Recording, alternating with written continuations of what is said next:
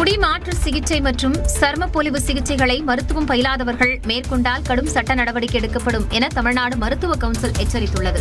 சென்னை அண்ணா நகரில் mister hair என்ற பெயரில் இயங்கி வந்த சிகை சீரமைப்பு சிகிச்சை மையத்தில் போலி மருத்துவர்கள் மூலம் முடிமாற்று சிகிச்சைகள் மேற்கொள்வது கண்டறியப்பட்டது. இதையடுத்து 3 பேர் கைது செய்யப்பட்டனர். அந்த மையத்திற்கும் சீல் வைக்கப்பட்டது. இந்நிலையில் தேசிய மருத்துவ ஆணையத்தின் வழிகாட்டுதல்களை மேற்கோள் காட்டி மாநில மருத்துவ கவுன்சில் பதிவாளர் அறிக்கை ஒன்றை வெளியிட்டுள்ளார்.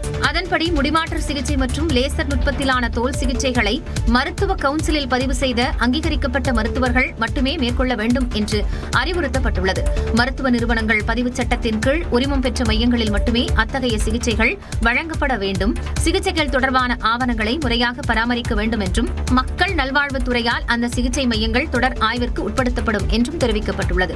அங்கீகரிக்கப்பட்ட மருத்துவ தகுதிகள் இல்லாமல் விதிகளுக்கு புறம்பாக சிகிச்சைகள் வழங்குவது கண்டறியப்பட்டால் சம்பந்தப்பட்ட நபர் மற்றும் நிறுவனம் மீது கடுமையான சட்ட நடவடிக்கை எடுக்கப்படும் என்றும் தமிழ்நாடு மருத்துவ கவுன்சில் எச்சரித்துள்ளது. திடீர் மின்தடை காரணமாக சென்னை கடற்கரை தாம்பரம் வழித்தடத்தில் 40 நிமிடங்கள் ரயில் சேவை பாதிக்கப்பட்டது. சைதாப்பேட்டை முதல் கிண்டி வரையிலான ரயில்வே பாதையில் தனியார் தொலைத்தொடர்பு நிறுவனம் முன் அனுமதியின்றி கம்பிவடத்தை நிறுவக்கூடிய பணியில் ஈடுபட்டதாக தெரிகிறது. அப்போது அந்த கம்பிவடம் அருந்து மின்சார ரயில்களுக்கான மின்பாதையில் விழுந்துள்ளது. இதன் காரணமாக மின்தடை ஏற்பட்டு சென்னை கடற்கரை தாம்பரம் வழித்தடத்தில் புறநகர் ரயில்கள் ஆங்காங்கே நிறுத்தப்பட்டன. மாலை நேரம் பணி முடிந்து வீட்டுக்கு திரும்பியவர்கள், கல்லூரிகள் முடிந்து வீடு திரும்பிய மாணவர்கள் உள்ளிட்டோர் கடும் அவதிக்குள்ளாகினர்.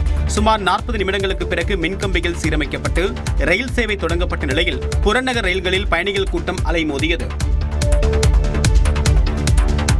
வங்கக்கடலில் நாளைக்குள் புதிய காற்றழுத்த தாழ்வு பகுதி உருவாகக்கூடும் என்று வானிலை ஆய்வு மையம் கணித்துள்ளது.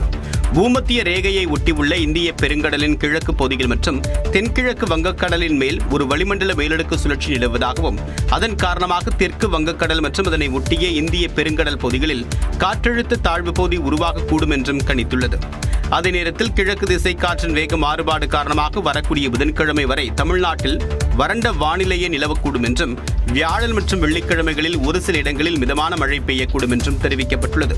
சென்னை, திருவள்ளூர், காஞ்சிபுரம் மற்றும் செங்கல்பட்டு மாவட்டங்களில் ஒரு சில இடங்களில் அதிகாலை வேளையில் மிதமான பனிமூட்டம் காணப்படும் என்றும் வானிலை மையம் கூறியுள்ளது. எஸ்ஐஆர் பணிகளுக்கு பிறகு புதுச்சேரியில் இறுதி வாக்காளர் பட்டியலில் சுமார் 25,000 பேர் புதிதாக சேர்க்கப்பட்டுள்ளனர். புதுச்சேரியில் வாக்காளர் பட்டியல் சிறப்பு தீவிர திருத்தப் பணிகள் முடிந்து கடந்த டிசம்பர் 16ஆம் தேதி வரைவு வாக்காளர் பட்டியல் வெளியிடப்பட்டது. மொத்தம் 9,18,111 வாக்காளர்களின் பெயர் அதில் இடம்பெற்றிருந்தது.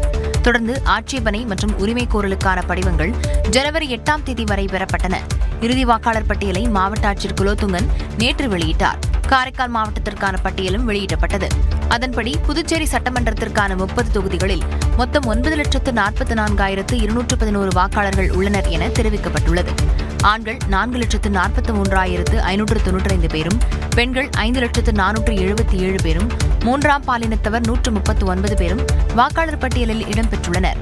16,619 பேர் நீக்கப்பட்ட நிலையில் 41,492 பேர் சேர்க்கப்பட்டிருப்பதாகவும் தெரிவிக்கப்பட்டுள்ளது.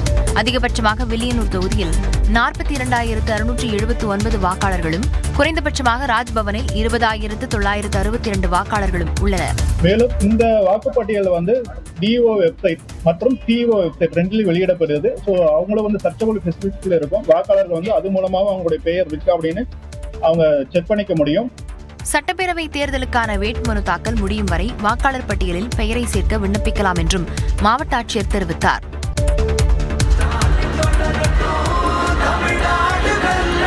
வரும் தேர்தலில் 200 தொகுதிகள் திமுகவுக்கு நிச்சயம், 200க்கு மேல் வெல்வது லட்சியம் என முதலமைச்சர் மு க ஸ்டாலின் தெரிவித்துள்ளார். என் வாக்குச்சாவடி வெற்றி வாக்குச்சாவடி என்ற பெயரில் திருப்பத்தூரில் திமுக வடக்கு மண்டல வாக்குச்சாவடி முகவர்கள் பயிற்சி மாநாடு நடைபெற்றது. திறந்தவெளி வாகனத்தில் மாநாட்டு திடலுக்கு சென்ற முதலமைச்சருக்கு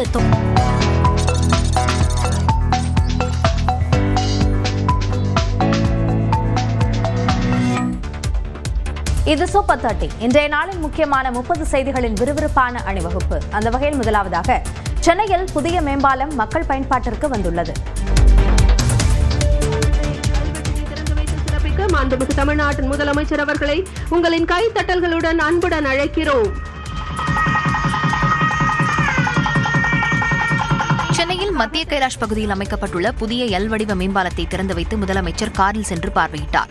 சென்னையில் அடையாறு மற்றும் கிண்டியை இணைக்கும் பிரதான சாலையாக சர்தார் பட்டேல் சாலை உள்ளது. இந்த சாலையில் மத்திய கைலாஷ் பகுதியிலிருந்து ராஜீவ்காந்தி சாலை தொடங்குகிறது. போக்குவரத்து நெரிசல் மிகுந்த இந்த சாலை சந்திப்பில் வாகனங்கள் சிரமமின்றி கடந்து செல்வதற்காக 60 கோடியே 68 லட்சம் ரூபாய் செலவில் எல் வடிவ மேம்பாலம் அமைக்கப்பட்டுள்ளது. இந்த மேம்பால பணிகள் முடிந்த நிலையில் முதலமைச்சர் மு க ஸ்டாலின் மேம்பாலத்தை திறந்து வைத்தார். இந்த மேம்பாலம் கட்டியிருக்கறதுனால ரொம்ப யூஸ்ஃபுல்லா இருந்தது. இல்லைன்னா 1.5 கிலோமீட்டர் நாங்க சுத்திட்டு போற மாதிரி இருந்தது. அந்த லாஸ்ட்ல இருந்து இங்க கடக்கிறதுக்குள்ளயுமே எப்படியும் ஒரு 1/2 hour ஆயிடும். இன்ச் பை இன்ச் தான் கடக்க முடியும். இப்ப இந்த பாலம் வந்தது இங்க உள்ள மக்களுக்கும் சரி எல்லா மக்களுக்குமே இது ரொம்ப யூஸ்ஃபுல்லா இருக்கும். சரி, இந்த பாலம் போட்டனால எல்லாருமே எந்த சிக்னலுமே நிக்க வேண்டாம், ஈஸியா டிராவல் பண்ணக்கூடியது இருக்கு. இந்த மேம்பாலத்தால் அடையாறிலிருந்து கிண்டி செல்லும் வாகனங்களும் பழைய மாமல்லபுரம் சாலையிலிருந்து கிண்டி செல்லும் வாகனங்களும் தங்குதடையின்றி செல்ல முடியும்.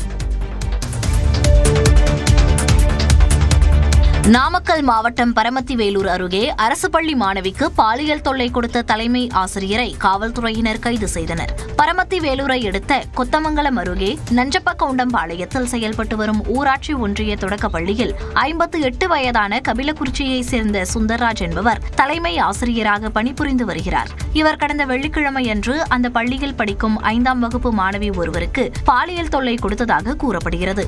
மாணவியின் பெற்றோர் கொடுத்த புகாரின் பேரில் குழந்தைகள் பாதுகாப்பு எண் திட்ட ஒருங்கிணைப்பாளர் மேகநாதன், ஜேடார் பாளையம் காவலர்கள் தீவிர விசாரணை மேற்கொண்டனர். தலைமை ஆசிரியர் சுந்தர்ராஜுக்கு ஆதரவாக அரசியல் கட்சியை சேர்ந்தவர்கள் பாதிக்கப்பட்ட மாணவியின் பெற்றோரிடம் புகார் கொடுக்க வேண்டாம் என பேச்சுவார்த்தை நடத்தியதாகவும் கூறப்படுகிறது.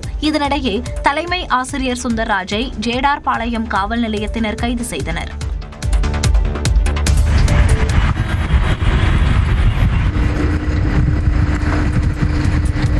தூத்துக்குடி மாவட்டம் கோவில்பட்டி அருகே தேசிய நெடுஞ்சாலையில் தக்காளி ஏற்றிச் சென்ற சரக்கு வாகனம் ஒன்று சாலையில் தலைக்குப்புற கவிழ்ந்து விபத்துக்குள்ளானது. ஓசூரிலிருந்து தென்காசி மாவட்டம் ஆலங்குளத்தை நோக்கி தக்காளி ஏற்றிக்கொண்டு மினி லாரி ஒன்று கோவில்பட்டி அருகே நாலாட்டின் புதூர் பகுதி தேசிய நெடுஞ்சாலையில் சென்று கொண்டிருந்தது. அப்போது சாலையின் நடுவே இருந்த தடுப்புச் சுவரில் மினி லாரி மோதி அங்கிருந்த இரும்பு தடுப்புகளை தூக்கி எறிந்து சாலையில் தலைக்குப்புற கவிழ்ந்து விபத்துக்குள்ளானது.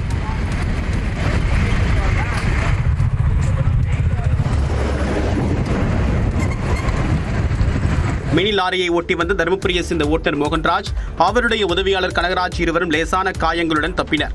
சாலையில் வாகனம் தலைக்குப்புற கவிழ்ந்ததால் அதில் இருந்த 3 டன் அளவிலான தக்காளி சேதமடைந்தது. இதனால் அந்த பகுதியில் சுமார் 1 மணி நேரம் போக்குவரத்து பாதிக்கப்பட்டது. தகவல் அறிந்து வந்த நாலாட்டின் புதூர் காவல் நிலையத்தினர் சாலையில் கவிழ்ந்து கிடந்த மினி லாரியை அகற்றி போக்குவரத்தை சீர் செய்தனர். வரும் 24ஆம் தேதி பசும்பொன்னில் சசிகலா புதிய கட்சி தொடங்க உள்ளதாக தகவல் வெளியாகியுள்ளது. அதிமுகவில் இனி இணைப்புக்கு வாய்ப்பில்லை என அக்கட்சியின் பொதுச் செயலாளர் எடப்பாடி பழனிசாமி தெரிவித்துள்ள நிலையில் கடந்த 10 நாட்களுக்கு மேலாக சசிகலா தீவிர ஆலோசனையில் ஈடுபட்டு வருகிறார். அமமுக பொதுச் செயலாளர் டிடிவி தினகரனுக்கும் சசிகலாவுக்கும் இடையே பனிப்போர் நிலவி வருகிறது. அமமுக நிர்வாகிகள் சசிகலாவை சந்தித்தால் அவர்கள் கட்சியிலிருந்து நீக்கப்படுகிறார்கள். வரும் சட்டப்பேரவைத் தேர்தலில் தனது ஆதரவாளர்களை போட்டியிட வைப்பது என்ற முடிவுடன் சசிகலா தொடர்ச்சியாக சென்னை போயஸ் கார்டனில் உள்ள அவரது இல்லத்தில் தனது ஆதரவாளர்களை சந்தித்து வருகிறார். இந்த நிலையில்தான் அவர் புதிய கட்சி தொடங்குவதென்று முடிவு செய்திருப்பதாக தெரிகிறது. அதன்படி வரும் 24ஆம் தேதி முன்னாள் முதல்வர் ஜெயலலிதாவின் பிறந்தநாள் அன்று ராமநாதபுரம் மாவட்டம் பசும்பொன்னில் நடக்கும் பொதுக்கூட்டத்தில் புதிய கட்சியின் பெயர் மற்றும் கொடியை சசிகலா அறிவிக்க உள்ளதாக தகவல் வெளியாகியுள்ளது. மனிதநேய மக்கள் கட்சிக்கு வருகின்ற சட்டமன்ற தேர்தலில் 5 தொகுதிகளை ஒதுக்க வேண்டும் என்றும் இந்த பொதுக்குழுவிலே தீர்மானம் நிறைவேற்றியிருக்கிறோம். திமுக கூட்டணியில் மனிதநேய மக்கள் கட்சி கேட்க உள்ள தொகுதிகள் குறித்து அக்கட்சித் தலைவர் ஜவாஹிருல்லா அறிவித்தார். சென்னையில் அக்கட்சியின் சிறப்பு பொதுக்குழு கூட்டம் நடைபெற்றது. இதில் 19 தீர்மானங்கள் நிறைவேற்றப்பட்டன. அப்போது செய்தியாளர்களை சந்தித்த ஜவாஹிருல்லா, திமுக கூட்டணி வெற்றி பெற மனிதநேய மக்கள் கட்சி அயராது பாடுபடும் என்று தீர்மானம் நிறைவேற்றப்பட்டிருப்பதாக கூறினார். சட்டமன்ற தேர்தலில் திராவிட முன்னேற்ற கழகத்தின் தலைமையிலான கூட்டணியில இடம்பெற்றிருக்கக்கூடிய மனிதநேய மக்கள் கட்சியினுடைய தொண்டர்கள் இந்த கூட்டணிக்கு அதனுடைய வெற்றிக்கு அயராது பாடுபடுவார்கள். மேலும் கடந்த முறை 2 தொகுதிகளில் போட்டியிட்ட நிலையில் இந்த முறை 5 தொகுதிகளை கேட்க உள்ளதாக தெரிவித்தார். கடந்த முறை திராவிட முன்னேற்ற கழகம் எங்களுக்கு 2 தொகுதிகள் பாபநாசம் மற்றும் மணப்பாறை தொகுதிகளை தந்தது. 100 விழுக்காடு வெற்றி பெற்றோம். 2 தொகுதிகளிலும் நாங்கள் வெற்றி பெற்றிருக்கிறோம். எனவே 5 தொகுதிகளை தருவதற்கு திமுக தலைமை நிச்சயமாக பரிசீலிக்கும் என்று எதிர்பார்க்கிறோம். திமுக கூட்டணியில் உள்ள கட்சிகள் இஸ்லாமிய வேட்பாளர்களுக்கு வாய்ப்பளிக்க வேண்டும் என்றும் அவர் கோரிக்கை விடுத்தார். கட்டுமான பணிகள் நிறைவடையாத நேஷனல் எக்ஸ்பிரஸ் வே எனும் தேசிய விரைவு சாலைகளில் இன்று முதல் சுங்க கட்டணம் குறைக்கப்படுகிறது. நாடு முழுவதும் தேசிய நெடுஞ்சாலைகளில் சுங்க கட்டணம் வசூலிக்கப்படுவது போல் நாடெங்கும் அமைக்கப்பட்டு வரும் தேசிய விரைவு சாலைகளில் அதைவிட அதிக கட்டணம், அதாவது 25% வரை கூடுதலாக வசூலிக்கப்படுகிறது. குறிப்பாக விரைவு சாலை முழுமையாக பயன்பாட்டிற்கு வரவில்லை என்றாலும் முழு சுங்க கட்டணம் பயனாளிகளிடமிருந்து வசூலிக்கப்பட்டு வந்தது. இந்நிலையில் தேசிய நெடுஞ்சாலை கட்டண விதிமுறைகளில் மத்திய அரசு திருத்தங்களை அறிவித்துள்ளது. அதன்படி முழுமையாக பயன்பாட்டிற்கு வராத தேசிய விரைவு சாலைகளில் பயன்பாட்டில் உள்ள சாலை பகுதிக்கான சுங்க கட்டணம் மட்டுமே வசூலிக்கப்படும் என அறிவிக்கப்பட்டுள்ளது. குறிப்பாக அந்த சாலைகளில் தேசிய நெடுஞ்சாலைக்கு விதிக்கப்படுவதற்கு இணையான சற்று குறைந்த கட்டணமே விதிக்கப்படும் என்றும் தெரிவிக்கப்பட்டுள்ளது. வாகன ஓட்டிகள் தேசிய விரைவு சாலைகளை பயன்படுத்த ஊக்குவிக்கும் வகையிலும் தேசிய நெடுஞ்சாலைகளில் அதிகப்படியாக போக்குவரத்து நெரிசலை குறைக்கும் வகையிலும் இந்த நடவடிக்கை எடுக்கப்பட்டுள்ளதாக அறிவிக்கப்பட்டுள்ளது. இந்த விதிகள் ஓராண்டுக்கு மட்டுமே அமலில் இருக்கும் என்றும் அதற்கு முன்பே சாலை முழுமையாக திறக்கப்பட்டால் முழு கட்டணம் விதிக்கப்படும் என்றும் மத்திய அரசு தெரிவித்துள்ளது. நாட்டின் மிகப்பெரிய பொதுத்துறை வங்கியான SBIயில் IMPS மூலம் பணம் அனுப்பினால் கூடுதல் கட்டணம் வசூலிக்கும் நடைமுறை அமலுக்கு வந்தது. SBI வங்கி வாடிக்கையாளர்களுக்கு இதுவரை இன்டர்நெட் பேங்கிங் மற்றும் செல்போன் செயலி மூலம் மேற்கொள்ளப்படும் IMPS பரிமாற்றங்களுக்கு கட்டணம் ஏதும் வசூலிக்கப்படாமல் இருந்தது. இந்நிலையில் 25,000 ரூபாய்க்கு மேல் உள்ள ஆன்லைன் IMPS பரிவர்த்தனைகளுக்கு புதிய கட்டணங்களை SBI வங்கி அறிமுகம் செய்துள்ளது. இந்த புதிய நடைமுறை ஞாயிற்றுக்கிழமை முதல் அமலுக்கு வந்துள்ளது. அதன்படி 25,000 ரூபாய்க்கு மேல் முதல் 1 லட்சம் வரை IMPS முறையில் பணம் அனுப்பினால் 2 ரூபாய் கட்டணம் மற்றும் GST வசூலிக்கப்படும். 1 லட்சம் ரூபாய் முதல் 2 லட்சம் ரூபாய் வரையில் IMPS பரிவர்த்தனைகளை மேற்கொண்டால் 6 ரூபாய் கட்டணம் மற்றும் GST வசூலிக்கப்படும் என்று கூறப்பட்டுள்ளது. 2 லட்சம் ரூபாய் முதல் 5 லட்சம் வரையிலான IMPS பரிவர்த்தனைக்கு 10 ரூபாய் கட்டணத்துடன் GST வசூலிக்கப்பட உள்ளது. அதே நேரம் பாதுகாப்பு, மத்திய மாநில அரசு, ரயில்வே, மாநில பல்கலைக்கழகங்களில் பணிபுரியும் மாத ஊதியதாரர்களுக்கு IMPS கட்டணத்திலிருந்து விலக்களிக்கப்படுவதாக SBI வங்கி தெரிவித்துள்ளது.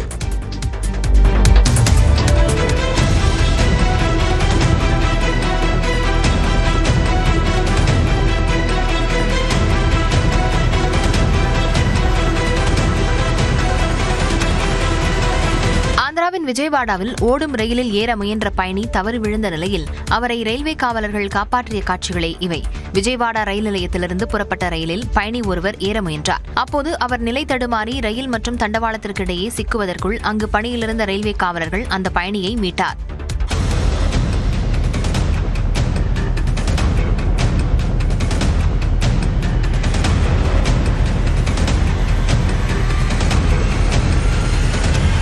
இதனை பார்த்த மற்ற பயணிகள் ரயில் சங்கிலியை இழுத்ததால் ரயில் நின்றது. பயணியை பாதுகாப்பாக மீட்ட ரயில்வே தலைமை காவலர் N. நரசிம்மராவுக்கு பாராட்டுகள் குவிந்தன.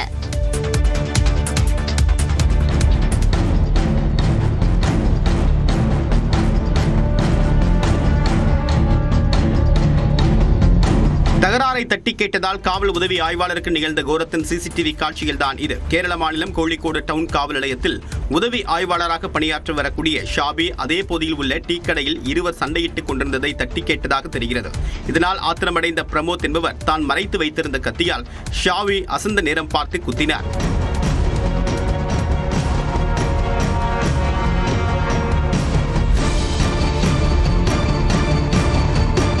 ஷாபி படுகாயமடைந்த நிலையில் அருகில் இருந்தவர்கள் மீட்டு மருத்துவமனையில் அனுமதித்தனர். மேலும் ஷாபியை தாக்கிவிட்டு தப்ப முயன்ற பிரமோத்தை அந்த பகுதி மக்கள் சுற்றி வளைத்து பிடித்து காவல்துறையினரிடம் ஒப்படைத்தனர். அமெரிக்காவின் கலிபோர்னியாவில் காணாமல் போன இந்திய மாணவர் சடலமாக மீட்கப்பட்ட சம்பவம் அதிர்ச்சியை ஏற்படுத்தியுள்ளது. கர்நாடகாவை சேர்ந்த சாகேத் ஸ்ரீனிவாசையா என்ற 22 வயது மாணவர் அமெரிக்காவின் பெர்க்லியில் உள்ள கலிபோர்னியா பல்கலைக்கழகத்தில் படித்து வந்தார். இந்நிலையில் அவரை கடந்த 9ஆம் தேதி முதல் காணவில்லை என்று தெரிகிறது. அந்த மாணவரை தேடக்கூடிய பணி நடைபெற்று வந்த நிலையில் பார்க் ஹில்ஸ் பகுதியில் அவருடைய லேப்டாப் பைப் முதலில் கண்டெடுக்கப்பட்டது. தொடர்ந்து அன்சா ஏரிக்கு அருகில் அவருடைய சடலத்தை காவலர்கள் மீட்டனர். சாகேத்தின் மரணம் குறித்து அவருடன் ஒரே அறையில் தங்கி வந்த மாணவரான பனீத் சிங் என்பவர் தன்னுடைய சமூக வலைதளத்தில் பதிவிட்டிருக்கிறார். அதில் சாஹேத் சில தினங்களாக சோர்வாக காணப்பட்டதாகவும் சரியாக உணவு உட்கொள்ளவில்லை என்றும் குறிப்பிட்டுள்ளார். வெறும் சிப்ஸ் மற்றும் குக்கிகளை மட்டுமே சாஹேத் சாப்பிட்டதாகவும் வகுப்புக்கு ஒருமுறை பாத்ரோபை கட்டிக்கொண்டு அவர் சென்றதாகவும் பனீத் பதிவிட்டுள்ளார். மாணவர் சாஹேத்தின் மறைவுக்கு சான் பிரான்சிஸ்கோவில் உள்ள இந்திய தூதரகம் இரங்கல் தெரிவித்துள்ளது. மேலும் அவருடைய உடலை இந்தியாவுக்கு கொண்டுவர அனைத்து நடவடிக்கைகளும் எடுக்கப்படும் என்றும் தெரிவித்துள்ளது.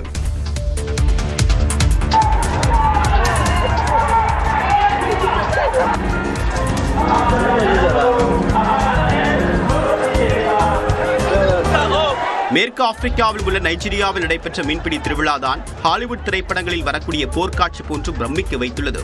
நைஜீரியாவின் அர்குங்கு நகரத்தில் ஆண்டுதோறும் சர்வதேச மீன்பிடி மற்றும் கலாச்சார திருவிழா நடைபெற்று வருகிறது. இந்த ஆண்டு மீன்பிடி திருவிழாவின் இறுதிப் போட்டி நேற்று நடைபெற்ற நிலையில் 1000க்கும் மேற்பட்டோர் வலை மற்றும் சுரைக்காய் குடுவைகளோடு போட்டியில் குதித்தனர். மதன்ஃபட்டா ஆற்றில் ஒரே நேரத்தில் 1000க்கும் மேற்பட்டோர் இறங்கிய காட்சி பிரமிப்பூட்டியது.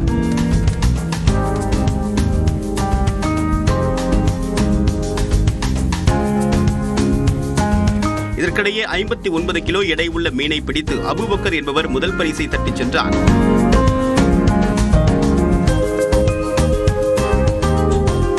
அவருக்கு இந்திய மதிப்பில் சுமார் 70,000 ரூபாய் ரொக்கப்பணம் மற்றும் கார் பரிசாக வழங்கப்பட்டது. ஜான்சன் அண்ட் ஜான்சன் குழந்தைகள் பவுடரை தொடர்ந்து பயன்படுத்தியதால் கருப்பை புற்றுநோய் ஏற்பட்டதாக பெண் தொடர்ந்த வழக்கில் அந்த நிறுவனத்திற்கு 2 கோடி ரூபாயை அமெரிக்க நீதிமன்றம் அபராதமாக விதித்தது. அமெரிக்காவின் பென்சில்வேனியா மாகாணத்தை சேர்ந்த கெயில் எமர்சன் 1969ஆம் ஆண்டு முதல் 2017 வரை ஜான்சன் அண்ட் ஜான்சன் நிறுவனத்தின் குழந்தைகள் பவுடரை பயன்படுத்தி வந்ததாகவும் இதனால் அவருக்கு கருப்பை புற்றுநோய் ஏற்பட்டதாகவும் கூறப்படுகிறது. இதையடுத்து நிறுவனத்திற்கு எதிராக பிலடெல்பியா நீதிமன்றத்தில் கெயில் எமர்சன் வழக்கு தொடுத்தார். வழக்கு தொடர்ந்த 6 மாதங்களில் கெயில் எமர்சன் உயிரிழந்த நிலையில் அவருடைய வாரிசுகள் தொடர்ந்து வழக்கை நடத்தி வந்தனர். விசாரணையில் ஜான்சன் அண்ட் ஜான்சன் நிறுவனத்திற்கு எதிரான குற்றச்சாட்டுகள் ஆதாரங்களுடன் நிரூபிக்கப்பட்டது. இதையடுத்து உயிரிழந்த கெயில் எமர்சன் குடும்பத்திற்கு 2.25 கோடி ரூபாயை இழப்பீடாக வழங்க நிறுவனத்திற்கு நீதிமன்றம் உத்தரவிட்டது. ஜான்சன் அண்ட் ஜான்சன் நிறுவன பொருட்களில் புற்றுநோய் ஏற்படுத்துவதற்கான மூலக்கூறு கலப்பு இருப்பதாக தொடர் குற்றச்சாட்டுகள் எழுகின்றன. இருப்பினும் அதை அந்த நிறுவனம் தொடர்ந்து மறுத்து வருகிறது. மகாராஷ்டிரா மாநிலத்தில் ஜான்சன் அண்ட் ஜான்சன் நிறுவனத்தின் உற்பத்தி ஆலை இயங்கிய நிலையில் தொடர் புகார் காரணமாக மூடப்பட்டதும் குறிப்பிடத்தக்கது. டெல்லியில் நடைபெற்ற AI உச்சி மாநாட்டில் உலக நாடுகளின் தலைவர்கள், தொழில்நுட்ப நிறுவனங்களின் நிர்வாகிகள் பங்கேற்க உள்ளனர்.